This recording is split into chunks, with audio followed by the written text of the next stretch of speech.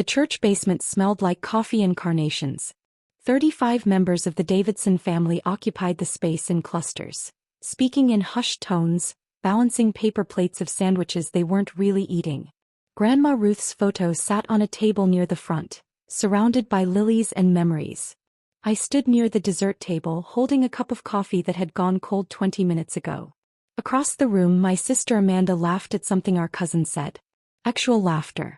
At our grandmother's funeral reception. My jaw tightened. Near the door, partially obscured by a coat rack, stood a man in a charcoal suit. He held a leather briefcase and checked his watch periodically. When our eyes met, he gave me a subtle nod. Right on time. My father cleared his throat loudly. The room quieted. George Davidson had that effect. 30 years as a high school principal had taught him how to command a room without raising his voice. Everyone, if I could have your attention for just a moment. He stood near Grandma's photo, my mother Ellen beside him, her hand on Amanda's shoulder. We're here to celebrate my mother's life and I want to thank you all for coming. Polite murmurs rippled through the room. I set down my coffee cup. As you know, Mom was a generous woman. She worked hard her entire life and managed to build a comfortable estate. Dad's voice carried that measured, reasonable tone he used when he'd already made a decision and was just informing you about it. She wanted to make sure her family was taken care of. Here we go. The estate will be divided among her children and grandchildren. However, after discussing it with Ellen, we've made some adjustments to ensure the money goes where it's most needed. My stomach dropped. Several relatives glanced at me curiously. My daughter Rachel has done very well for herself. Dad gestured toward me. She's a pediatric nurse practitioner with a thriving practice. She owns her home. She's financially stable. We're very proud of her accomplishments. Uncle Mike nodded approvingly. Aunt Susan smiled at me. Amanda, on the other hand, has been facing some challenges. Mom's voice joined in, soft and sympathetic. She's been laid off twice in the past year. She's struggling with rent. She has student loans she can barely manage. Amanda lowered her head, the picture of struggling younger sister. I wanted to scream. So we've decided, Dad continued, that Rachel's portion of the inheritance, $175,000, will be transferred to Amanda. This will give Amanda a fresh start, help her get stable, pay off her debts. The room filled with approving sounds. That's so selfless, Rachel, Cousin Jennifer said.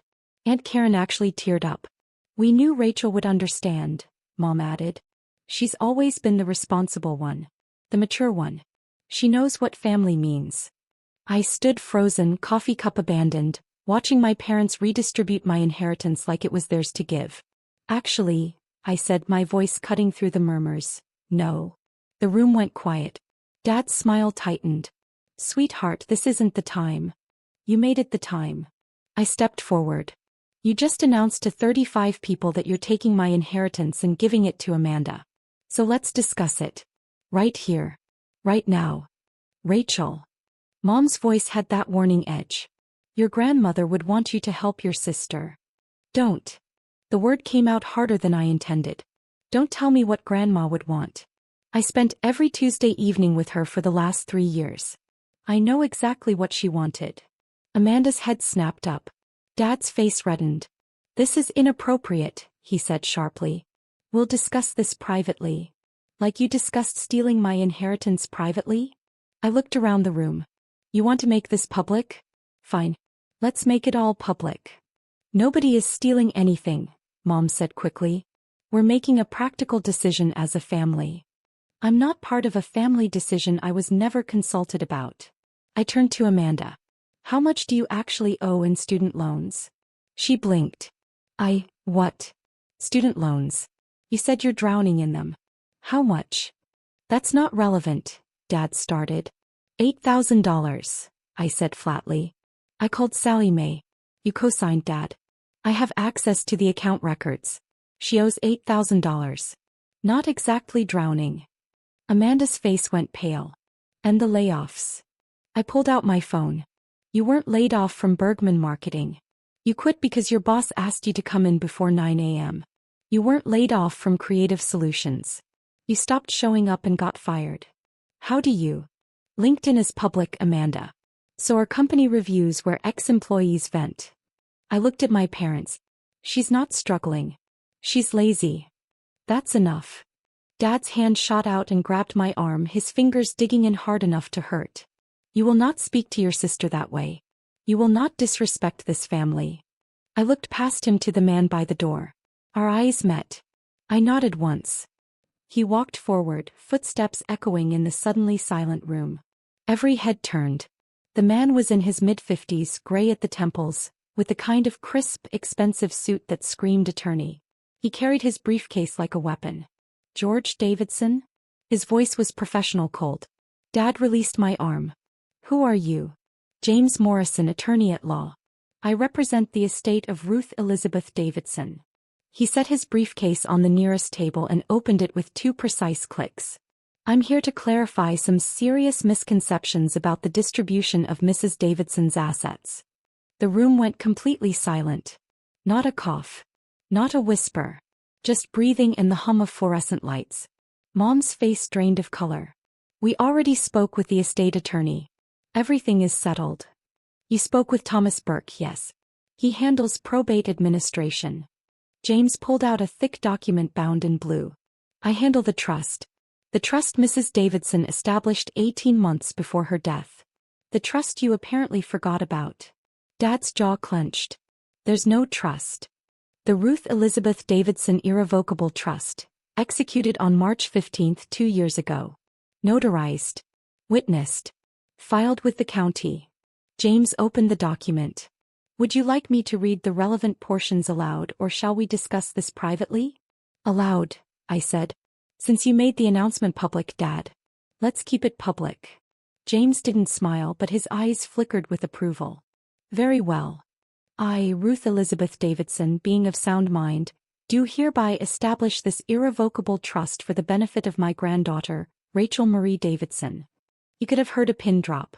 I leave to Rachel the sum of $175,000 from my estate, held in trust and managed by First National Bank. This bequest is made in recognition of her dedication, her presence, and her unwavering care during my final years. James looked up. This trust is irrevocable and cannot be altered, amended, or transferred under any circumstances. My father's face had gone from red to white. That's not legally binding. Oh, it absolutely is. James pulled out another document. Here's the trust certification from First National Bank.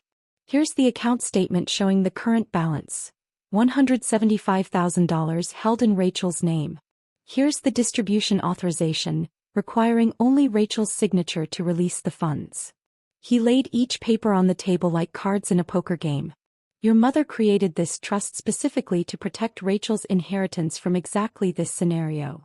James looked directly at my father. She told me, and I quote, "My son will try to give Rachel's money to Amanda. He always does. Make sure he can't."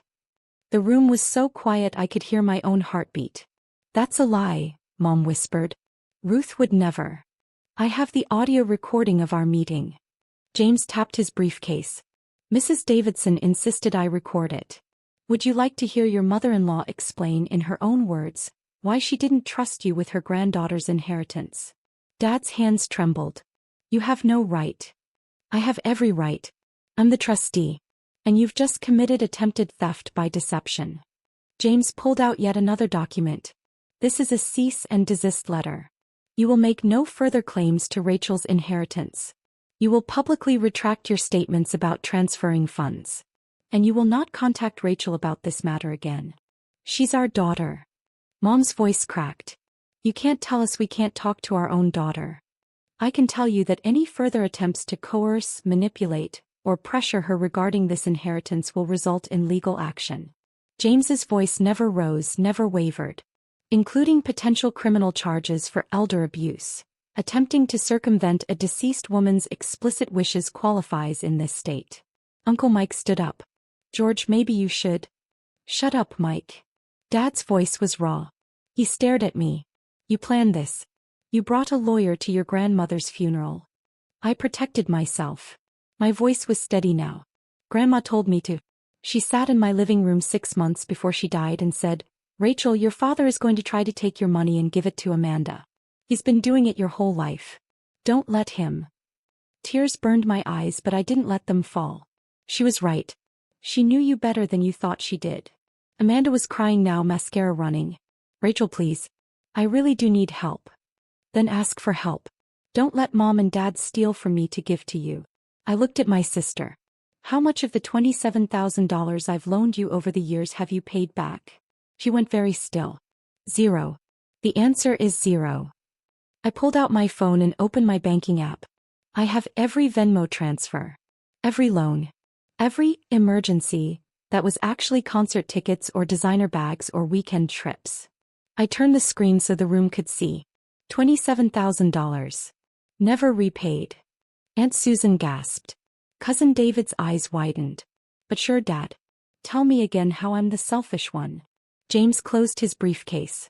Rachel, if you'd like to proceed with the trust distribution, we can finalize everything at my office this week. The funds will be transferred to your account within 5 business days. Thank you. I looked at him. Send me the details.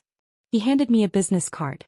If your parents attempt any further contact regarding the inheritance, call me immediately. He looked at Dad. Mr. Davidson, any questions about the trust should be directed to me, not to your daughter. Are we clear? Dad didn't answer. He just stood there, fists clenched, the man who'd controlled every family decision for 30 years suddenly powerless. James walked out. The door closed behind him with a soft click. The room remained frozen. 35 witnesses staring at the Davidson family implosion. Rachel, Mom started, her voice pleading now. Honey, we were just trying to help Amanda. By stealing from me. I picked up my purse. You didn't ask. You didn't discuss. You announced it like it was already decided. Like my inheritance was yours to redistribute. We're your parents, Dad said. We know what's best. No. You know what's easiest. It's easier to take from me because I won't cause a scene. It's easier to give to Amanda because she'll throw a tantrum if you don't. I looked around the room. It's been that way my entire life. Aunt Karen stood up. Rachel, sweetheart, maybe everyone just needs to calm down. I am calm. And I was. For the first time in years I felt absolutely calm. I'm just done. I walked toward the exit. At the door I turned back. Grandma knew exactly what she was doing. She protected my inheritance because she knew you'd try to take it. She recorded her wishes because she knew you'd claim she wanted something different. She hired a lawyer because she knew I'd need one. My voice cracked. She loved me enough to protect me. Even after she was gone. I looked at the photo of Grandma Ruth, surrounded by flowers. I'm sorry this happened at your funeral. But you told me to stand up for myself. You told me not to let them take from me anymore. I wiped my eyes. So I'm not. Outside, the October air was cold and clean. I sat in my car and let the tears come, not from sadness but from relief. My phone buzzed. A text from Aunt Susan. Your grandmother was a smart woman. So are you. Proud of you. Another from Uncle Mike. That took guts. Call me if you need anything. One from Cousin Jennifer. Holy shit. You're my hero. I started my car and drove away from the church. Away from 35 witnesses. Away from parents who valued convenience over fairness. Grandma Ruth had left me $175,000. But she'd given me something more valuable. She'd given me proof that I deserved to be protected. That my boundaries mattered. That saying no wasn't selfish, it was survival. I'd spent 3 years visiting her every Tuesday. 3 years listening to her stories, holding her hand, helping her sort medications. She'd spent 18 months planning how to protect me from my own family. That was love. Real, unconditional, protective love. And I'd honor it by never letting anyone take from me again. Not even family. Especially not family.